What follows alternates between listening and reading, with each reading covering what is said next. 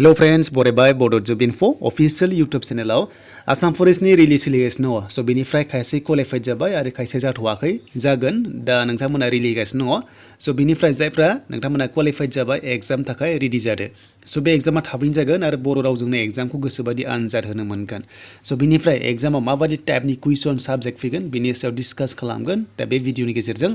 दा आसा खालामो नोंथांमोना भिडिअखौ जोबजासिम नायगोन अब्लानो बुजिगोन जायफ्रा नायाखै नोंथांमोनाहाय मा साबजेक्ट फैगोन थ' नोंथांमोना आन्दायनो हागौ बेखायनो नायोब्ला मोजां दा बिदिब्ला गोबाव खालामा जों थांग्रानि अफिसियेल जों नटिफिकेसन नायग्रोनोसै गोबाव खालामा दा जों आसाम फरेस्टनि गोबां काट अफ नोंथांमोना थांगोन सानदों नाथाय काट अफ थांनाय नङा मानोना क्वालिफाइडआ खम जादों अके स' बेखायनो नोंथांमोना बयबो रानिंखौ पास खालामना दोन जाहाथे खम काट अफ थाङोब्ला स' नोंथांमोना रिलि होनो एबा नोंथांमोना एग्जाम होनो मोननाय बायदि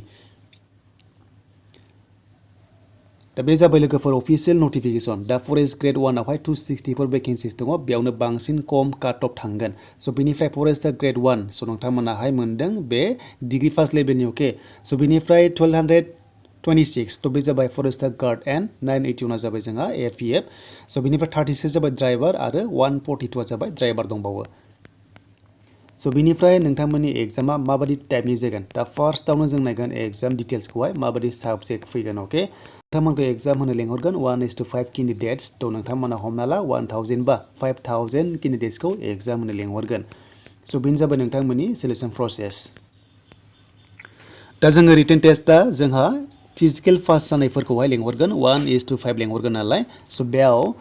स' बेयाव रिटेन टेस्टआव नोंथांमोननि ग्रेड 1 खौ नायोब्ला 100 मार्क्सनि एग्जाम जागोननो आरो बेनि जाबाय नेगेटिभ मार्किं दङ 1/2 एन्ड बेनिफ्राय 100 कुइसन फैगोन स' नोंथांमोना बेयाव जाहाथे मोजां होयो अके स' नोंथांमोना जाहाथे मोजां एग्जामखौ लिरो बेनो जाबाय नोंथांमोननि स' नोंथांमोननिया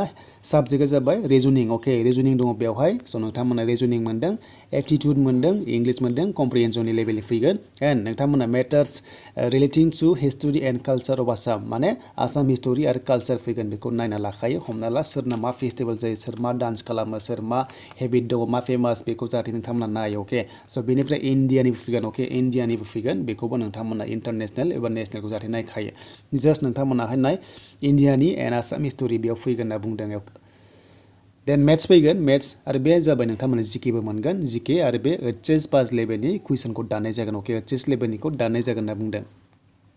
स' बिनिफ्राय नोंथांमोना AfPf आरो गार्डआव आरो ड्राइभाराव बेवहाय नोंथांमोना 100 कुइसन फैगोन आरो बेयाव 50 मार्क्सनिल' एग्जाम बेयाव नेगेटिभबो गैया स' बे 9-10 लेभेलनि कुइसनखौ दानगोन मेथ्स इंलिश दङ अके रिजनिंबो दङ बेयाव आरो लोगोसे मेन्टेल एबिलिटि दङ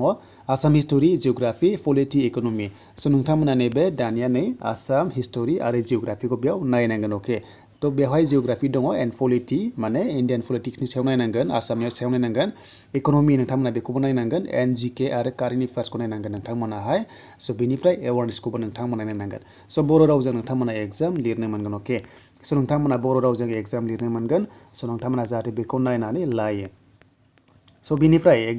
नोंथांमोना एग्जाम पास जाखांबाय जेला हमना ला स' एग्जाम पास जाखांबाय नोंथांमोना हमना ला एग्जाम पास जाखांबाय अब्ला बे पस्टखौ नाय ग्रेड 1 आरो गार्डआवहाय नोंथांमोना थाबायबावनांगन 26 किल'मिटार हौवाफोरा आरो हिन्जावफोरा 16 किल'मिटार थाबायनांगोन 4 आवार्सआवहाय अके स' बेखौ नोंथांमोना जाहाथे बुजियो नाथाय AfPfआवहाय ड्राइभाराव नोंथांमोना थाबायनो गैया AfPfआव खालि बाइबल'सो एन्ड ड्राइभाराव ड्राइभिं टेस्ट दङ अके ड्राइभिं टेस्टआ 10 मार्क्सनि जागोन स' बिनिफ्राय ओभारअल सिलेक्सन प्रसेसखौ नायब्लानो NCCआव 5 दङ अके NCC 5 दङ स' बिनिफ्राय जोङो भाइभा टेस्टबो मोनदों दा नोंथांमोननि फरेस्टार ग्रेड 1 आवहाय 150नि जागोन सिलेक्सन प्रसेसआ बेनिफ्राय गार्डआव नोंथांमोना AfPfआवहाय 100 मार्क्सनि ड्राइभाराव 110नि जागोन स' बेखौ नोंथांमोना ड्राइभिं टेस्टखौहाय 10 मार्क्सनि बेयाव नोंथांमोना जाहाथे नायो स' बेनिफ्राय नोंथांमोना बर' रावजोंनो एग्जाम लिरनो मोनगोन एन्ड नोंथांमोना सिगांनि आसाम फरेस्टनि जिकेखौ नांगौब्ला कमेन्ट सेक्सनाव येस होबानो जाबाय आं नोंथांमोना लाना फैगोन प्रिभियास कुइसन पेपार माबादि टाइपनि कुइसन फैदोंमोन बाट मेक्सिमाम फरेस्ट रिलेटेड फैदोंमोन जे नेसनेल पार्कआ बबेयाव दङ बा बेसेबां दङ माब्ला एस्टाब्लिश खालामदोंमोन बे टाइपनि कुइसन फैदोंमोन थ' जियानो जा लोगोफोर नोंथांमोना बुजिबाय आरो बयबो रेडि जादो एग्जाम होनो